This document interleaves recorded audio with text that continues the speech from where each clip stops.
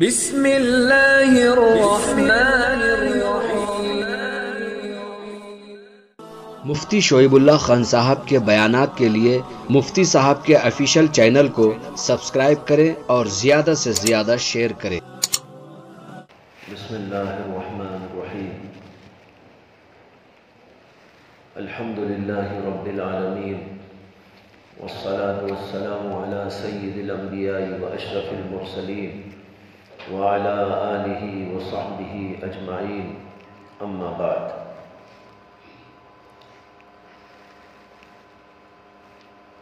پہلے سے بات چل رہی تھی کہ انسان اس مخلوق کو کہتے ہیں جو کچھ صفات اپنے اندر رکھتا ہے۔ جس بندے میں وہ صفات ہوتی ہیں وہ انسان کہلاتا ہے، اور جس بندے کے اندر وہ صفات نہیں ہوتی وہ صورت اور شکل کا انسان ہوتا ہے، حقیقت کے اعتبار سے انسان نہیں ہوتا۔ جو صفات بندے کے اندر ہونی چاہیے ان میں سے ایک ہے اللہ کا خوف۔ اللہ کا خوف دو طرح کا ہوتا ہے، ایک اللہ کی ذات کی عظمت کی وجہ سے اللہ کا ڈر، اور ایک اللہ تعالیٰ کی پکڑ اور اس کے عذاب اور اس کے عقاب کی وجہ سے اللہ کا ڈر۔ یہ دونوں ڈر اللہ کے ڈر ہیں۔ اللہ کی ذات سے ہم ڈریں، اس کی عظمت، اس کی جلالت، اس کی بزرگی، اس کی بڑائی، اس کی وجہ سے۔ جیسے مثال کے طور پر ایک آدمی ہے، وہ اپنے باپ سے اس لیے ڈرتا ہے کہ باپ بہت بڑی عظیم چیز ہے، تو یہ باپ کی عظمت اس کی ذات کی وجہ سے ہے۔ اگرچہ باپ کبھی نہ مارتا ہو، کبھی کچھ بولتا بھی نہ ہو، کبھی پکڑ بھی نہ کرتا ہو، لیکن خود باپ اتنی عظیم چیز ہے، اتنی عظیم ذات ہے کہ اس کا ڈر دل کے اندر ہے، اس کی عظمت کی وجہ سے، اس کی جلالت کی وجہ سے۔ ایک تو یہ ڈر ہوتا ہے۔ دوسرا ڈر وہ ہے جو اللہ تعالیٰ کے عقاب اور اس کی پکڑ کی وجہ سے ہوتا ہے۔ آدمی اس لیے ڈرتا ہے کہ بھائی اگر میں غلط کام کروں گا تو اللہ کی پکڑ ہوگی، اگر میں نے گناہ کیا تو اللہ تعالیٰ عذاب دے گا، اگر میں نے کوئی غلط حرکت کی تو اللہ تعالیٰ کی جانب سے عذاب نازل ہو جائے گا۔ یہ بھی ایک ڈر ہے۔ دونوں قسم کا ڈر اللہ کا دل کے اندر رکھنا ہے۔ اصل تو یہ ہے کہ اللہ کی ذات کی وجہ سے اللہ کا ڈر خوف ہو جائے، چاہے ہمیں کوئی دیکھ رہا ہو نہ دیکھ رہا ہو، کوئی ہمارے اوپر پکڑ ہوئی ہو نہ ہوئی ہو، لیکن اللہ تعالیٰ کا ڈر ہمارے دل میں ہے کہ بھائی اللہ کی ذات اتنی عظیم ہے کہ اس کی وجہ سے اللہ سے خوف کھانا چاہیے۔ اور پکڑ کا ڈر ہو تو وہ بھی ٹھیک ہے، اسی لیے تو قرآن میں جگہ جگہ اللہ کے عذاب کا ڈر دکھایا گیا ہے، اللہ کے عذاب سے ڈرنے کے لیے کہا گیا ہے۔ حدیثوں میں بھی آتا ہے کہ نبی اکرم صلی اللہ علیہ وسلم لوگوں کو بتاتے تھے اللہ کا ڈر، اللہ کے عذاب کا ڈر۔ ایک ہے اللہ کا ڈر، ایک ہے اللہ کے عذاب کا ڈر، دونوں چیزیں ہیں۔ جب مثال کے طور پر ایسے حالات پیش آتے تھے، جیسے اس وقت موسم ہے، موسم تبدیل ہو گیا، سورج گرہن ہو گیا، چاند گرہن ہو گیا، سیلاب آ گیا، بارشیں خطرناک ہونے لگی، زور زور سے ہوائیں چلنے لگی، اللہ کے نبی علیہ السلام پر ڈر کے آثار ظاہر ہوتے تھے۔ حدیث میں آتا ہے، بخاری شریف کے اندر بھی موجود ہے کہ جب تیز تیز ہوائیں چلتی تھی تو اللہ کے نبی علیہ السلام کے چہرے انور پر اس کے آثار کا احساس کیا جا سکتا تھا، یعنی ڈر محسوس ہوتا تھا، اللہ کے نبی ڈرتے تھے۔ اور جب بارش ہونے لگتی تھی تب اللہ کے نبی کو دیکھا جاتا تھا کہ آپ کچھ فرحت انبساط میں آئے، لیکن ہوائیں چل رہی ہوں، بادل چھایا ہوا ہو، ڈرتے رہتے تھے، معلوم نہیں کیا ہوگا، معلوم نہیں کیا ہو۔ موسم کی تبدیلیاں ہوں، حالات کی تبدیلیاں ہوں، یہ سب اللہ کی طرف سے بندوں پر ایک تنبیہ ہوتی ہے، بندے ڈریں گھبرائیں۔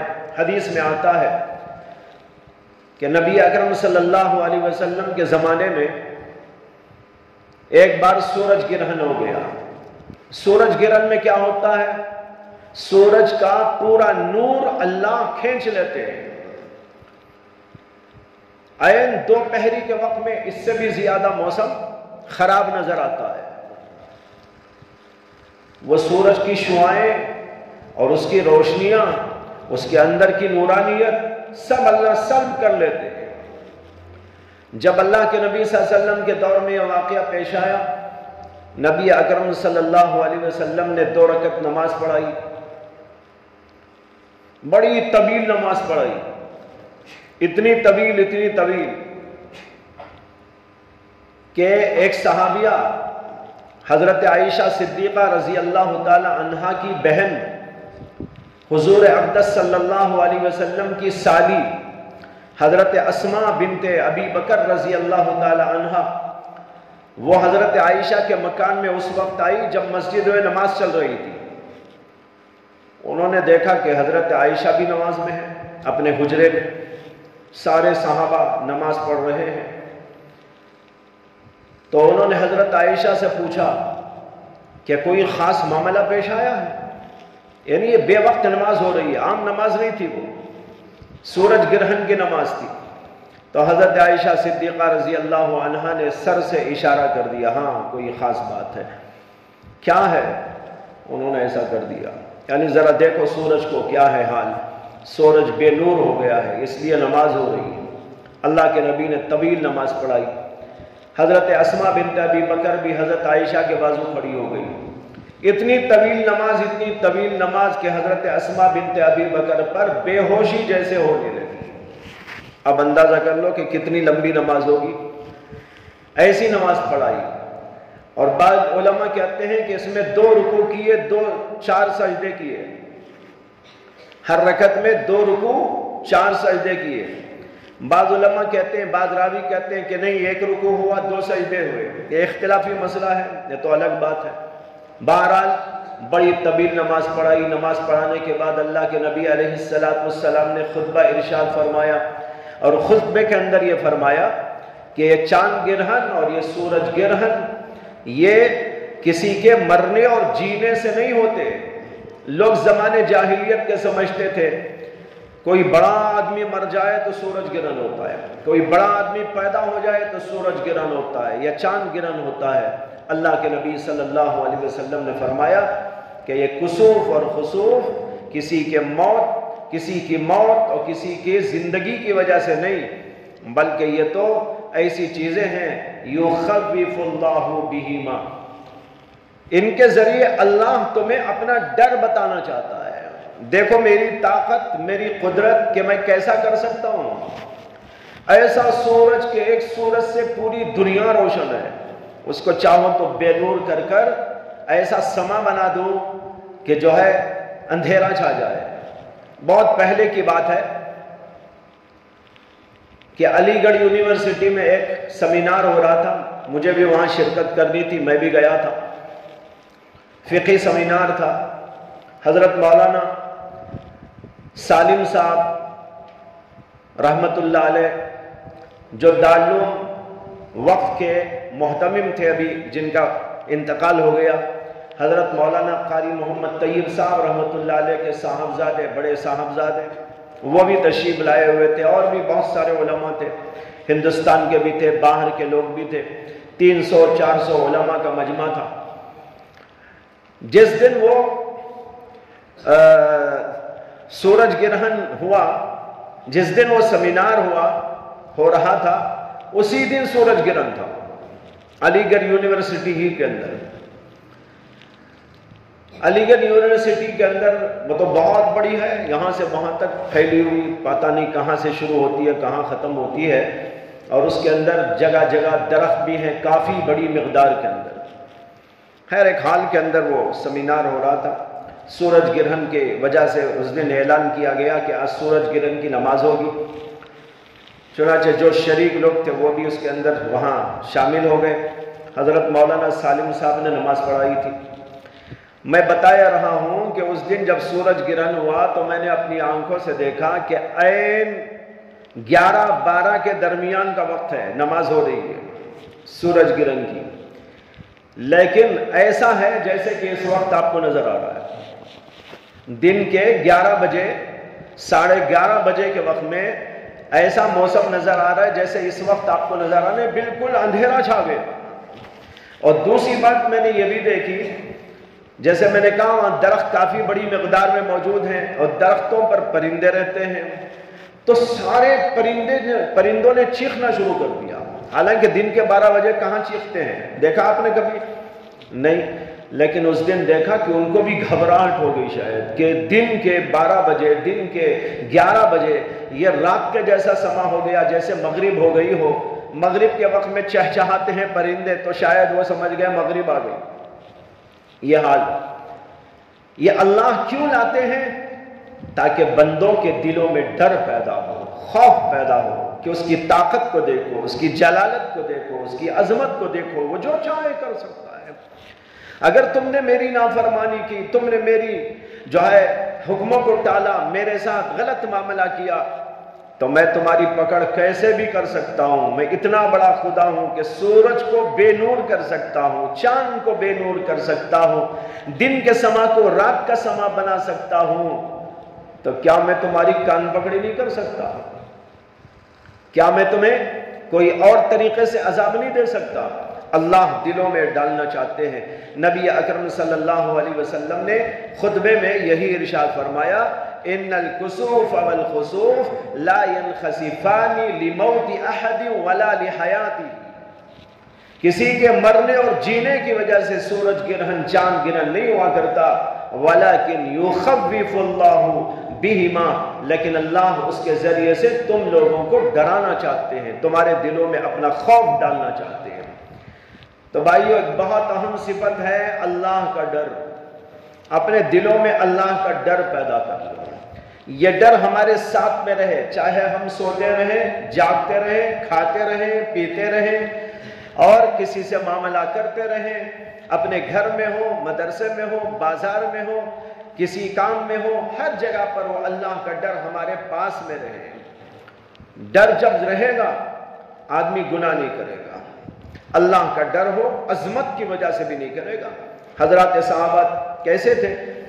آتا ہے روایتوں کے اندر، حضرت عائشہ صدیقہ کے بارے میں آتا ہے، اللہ کا ڈر اتنا تھا کہ وہ کہا کرتی تھی، اے کاش کہ میں ایک درخت ہوتی تو کتنا اچھا ہوتا۔ اللہ کے سامنے جانا ہے، اللہ کو منہ دکھانا ہے، حساب اور کتاب کے مرحلے سے گزرنا ہے، اگر مجھے اللہ پوچھ لے تو کیا جواب دوں؟ اللہ کا ڈر اتنا تھا، وہ کہا کرتی تھی کہ اے کاش کہ میں ایک درخت ہو جاتی اور مجھ کو کاٹ دیا جاتا۔ حضرت ابو بکر صدیق کے بارے میں آتا ہے، انہوں نے بھی کہا، اے کاش کہ میں ایک درخت کی ڈالی ہوتا تو کتنا اچھا تھا کہ درخت کی ڈالی کاٹ دی جاتی، ختم ہو جاتا۔ ایسے ہی ایک صحابی کے بارے میں آتا ہے، انہوں نے کسی جانور کو دیکھا تو کہا، اے کاش کہ جانور میں ہوتا، مجھ کو ذبح کر دیا جاتا۔ نہ حساب ہوتا نہ کتاب، اللہ کا ڈر اتنا تھا کہ اس کی وجہ سے ان لوگوں نے ان کی زبانوں پر یہ جملے آ گئے۔ معلوم ہوا کہ اللہ کا ڈر اپنے دلوں میں رکھنا چاہیے۔ قرآن میں بھی اللہ نے کہا، وَأَمَّا مَنْ خَافَ مَقَامَ رَبِّهِ، جو بندہ اللہ تعالیٰ سے ڈرتا ہے کہ اس کے سامنے کھڑے ہو کر مجھ کو حساب دینا ہے، ہر چیز کا حساب۔ کل بھی عرض کیا تھا میں نے، یہ امتحان گاہ ہے ہماری۔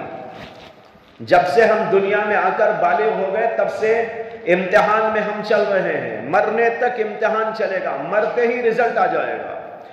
اجمالی رزلٹ تو قبر کے اندر ہی معلوم ہو جائے گا، تفصیلی رزلٹ قیامت کے دن آئے گا۔ کل یہ بات آئی تھی۔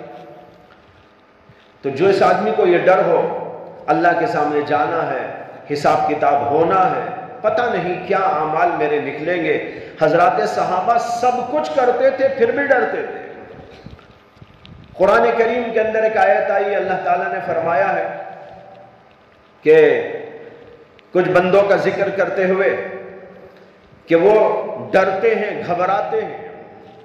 حضرت عائشہ صدیقہ رضی اللہ تعالی عنہا نے رسول اکرم صلی اللہ علیہ وسلم سے پوچھا کہ یا رسول اللہ، یہ گھبرانے والے بندے کون ہیں؟ زنا کرنے والے، شراب پینے والے، دھوکہ دینے والے، غلط کام کرنے والے، کیا یہ لوگ اللہ سے ڈرتے ہیں؟ اللہ کے نبی صلی اللہ علیہ وسلم نے فرمایا کہ نہیں، ان کا ذکر نہیں ہے اس میں ذکر ہے ان لوگوں کا الذین یصلون ویصومون، جو نماز بھی پڑھتے ہیں، روزہ بھی رکھتے ہیں، زکوٰۃ بھی دیتے ہیں، حج بھی کرتے ہیں، اللہ کی عبادت بھی کرتے ہیں، لیکن اس کے باوجود ڈرتے ہیں کہ قبول ہوگی کہ نہیں ہوگی عبادت۔ اللہ اکبر، یہ اعلیٰ مرتبہ ہے ڈر کا، کہ کرنے کے باوجود ڈر ہو رہا ہے، پتہ نہیں قبول ہوگا کہ نہ ہوگا، اللہ قبول نہ کر کے ڈھکیل دے مجھے، اللہ کو تو پورا اختیار ہے، کیا ہوگا میرا، اس لیے ڈرتے ہیں۔ ان بندوں کا اس آیت کریمہ کے اندر ذکر فرمایا گیا ہے۔ تو معلوم ہوا کہ یہ ڈر اپنے اندر رکھنا چاہیے، یہ ڈر سے بندہ واقعی انسان بنتا ہے۔ اگر یہ ڈر نہ ہو تو سورج شکل کا انسان ہے، وہ دیکھنے میں انسان ہے، وہ ہو سکتا ہے کہ جو ہے جھبا بھی ہو، قبا بھی ہو، سب کچھ موجود ہو، لیکن اللہ کی نظر میں وہ بندہ نہیں، صحیح معنی میں انسان نہیں ہے۔ اس لیے صفت اپنے اندر پیدا کرنا چاہیے۔ پیدا کیسا کرنا چاہیے، یہ جب آپ پوچھیں گے تو انشاءاللہ بتایا جائے گا۔ وآخر دعوانا الحمدللہ رب العالمین۔